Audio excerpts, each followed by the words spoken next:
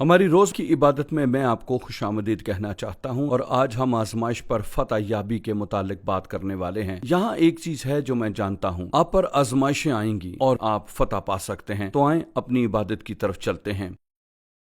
अक्सर मैं लोगों को कहते सुनता हूँ, मैं गुनाह में गिर गया था, या ये शख्स जो यहाँ है गुनाह में गिर गया। मैं आपको कुछ बताना चाहता हूँ, आप गुनाह में गिरते नहीं, आप गुनाह में कूदते हैं।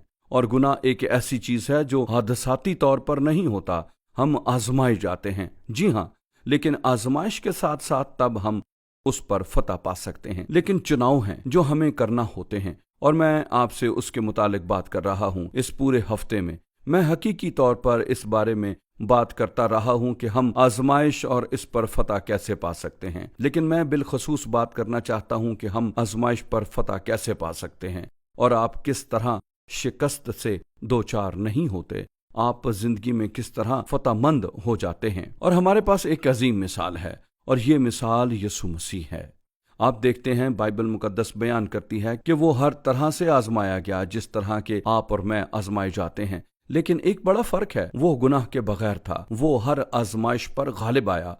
अब जब मैंने मालूम किया है, कुछ बहुत दिलचस्प है। जब आप यीशु की जिंदगी पर गौर करते हैं, आप देखते हैं कि उसने यूहन्ना से बपतिस्मा पाया, और जब उसने यूहन्ना से बपतिस्मा पाया, खुदा का रूह उस पर उतरा और बाप ने कहा, ये मेरा प्यारा बेटा है जिससे मैं खुश हूं।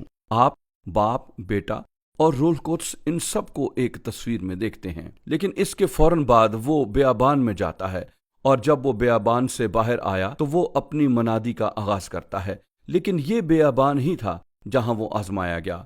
और दरअसल बड़ी आजमाइशों में से चंद हमारी मनादी के अजीम मौक़ों में से पहले हमारे सामने आती हैं। और बिल्कुल ऐसा ही यीशु के साथ हुआ। जब वो आजमाया गया, तीन तरीके थे, और इन तीन आजमाइशों में शैतान उसके पास आया। और ये तीन आजमाइशें तीन अक़साम में बांटी जा सकती हैं। हम में से हर एक इन तीन अक़साम में आजमाया जाता है। इनकी फहरिस्त यूहन्ना के पहले खत में बयान की गई है। जिस्म की हवस, आंखों की हवस और जिंदगी का तकब्बुर। अब मैं यीशु मसीह की आजमाइश की तफसील में नहीं जा रहा हूँ, लेकिन मैं इसकी तरफ इशारा करना चाहता हूँ कि उसने आजमाइश पर कैसे गलबा पाया, वो आजमाइश में किस तरह फतहमंद हुआ। हम जानते हैं कि जब इब्लीस शैतान ने यीशु को आजमाया, अक्सर उसने कलाम का इस्तेमाल किया। अब ये एक दिलचस्प बात है, क्योंकि बाइबल खुदा का कलाम है। शैतान कलाम के साथ आया और उसने कलाम को तब्दील किया और कलाम को लिया और यीशु को खुदा के कलाम से आजमाया। लेकिन ये देखें कि यीशु ने क्या किया। उसने दुरुस्त सियाको सबाक में खुदा के कलाम के हिस्से का हवाला दिया। लिहाजा दो चीजें हैं जो हम देखते हैं। सबसे पहले, यीशु ने कलाम खुदा को दिल में छुपाया हुआ था। नामों में से एक नाम यीशु के लिए उसकी अलूहियत से मंसूब है, और वो है कलमा। बाइबल बयान करती है कि इब्तिदा में कलाम था और कलाम खुदा के साथ था और कलाम खुदा था। यीशु खुदा का जिंदा कलाम है। उसने अपनी अलूहियत में दुनिया में रहकर बातें की, लेकिन जिस्मानी तौर पर उसे खुदा के कलाम को अपने अंदर लेना था। बिल्कुल आप और मेरी तरह, जैसे हम खुदा के कलाम को लेते हैं। और जब शैतान आया और उसे आजमाया, तो यीशु ने दुरुस्त सियाको सबाक में कलाम का हवाला दिया। लिहाजा हमें खुदा के कलाम को लेने की जरूरत है। अगर यीशु को खुदा का कलाम अपने दिल में लेने की जरूरत थी, तो फिर मुझे और आपको कितनी जरूरत है कि हम खुदा के कलाम को अपने दिलों में लें। ज़बूर नवीस ने कहा, मैंने तेरे कलाम को अपने दिल में रखा है ताकि मैं तेरे खिलाफ गुनाह न करूं। खुदा के कलाम को अपने दिल में छुपा लें। अपनी इब्तिदाई मसीही जिंदगी में अजीम चीजों में से जो एक मेरे साथ हुई, वो ये थी कि मैंने आयात को याद करना शुरू किया।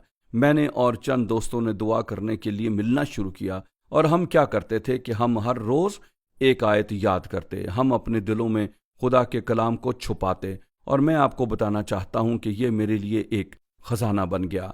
लिहाजा कलाम को अपने दिल में लें। याद रखें कि खुदा के कलाम को उसके दुरुस्त सियाको सबाक में इस्तेमाल करना चाहिए।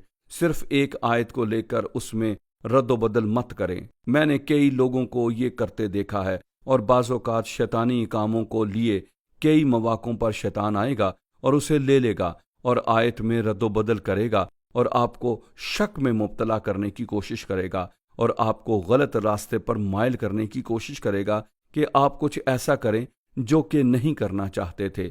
आपको तेजी से मुतहरक होने की जरूरत है। ضرور اس سے باہر نکلیں اور دیکھیں کہ خدا کا کلام کیا کہتا ہے۔ خدا دنیا کو پیار کرتا ہے، خدا محبت ہے، اور میں آپ کو بتانا چاہتا ہوں کہ جب میں لوگوں کو نفرت اور غصے سے بھرا دیکھتا ہوں اور وہ سب چیزیں کرتے ہیں اور خدا کے نام میں وہ سب چیزیں دیکھ رہے ہوتے ہیں، جب آپ مسیح کے روح میں ہوتے ہیں آپ خدا کے روح کے ساتھ بھر جائیں۔ دوسری چیز پاکیزگی ہے، آپ پاک شخص ہوں گے، لہٰذا متحرک ہوں۔ خدا ایسی چیز جو ناپاک ہے اس میں آپ کی رہنمائی نہیں کرے گا، لہٰذا متحرک ہوں، روح القدس سے بھریں اور کلام کو لیں اور خدا کو اجازت دیں۔